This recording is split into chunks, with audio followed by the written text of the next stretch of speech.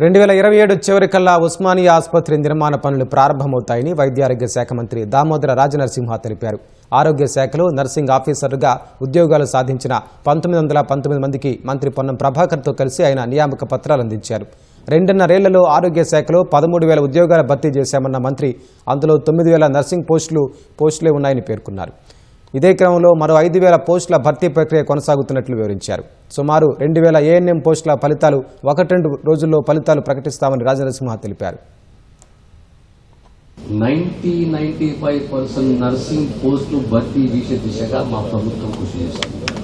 Nursing officers training, communication skills, whether it is Japanese, whether it German, whether it hire standards of English, what ever it is, వాళ్లకు ఖచ్చితంగా ఆ training ఇవ్వాలని ఒక commitment ప్రభుత్వానికి ఉన్నది. సుమారు 2.5 సంవత్సరాలు 3 సంవత్సరాలలో 20,000 నియామకాలు జరిగినట్టు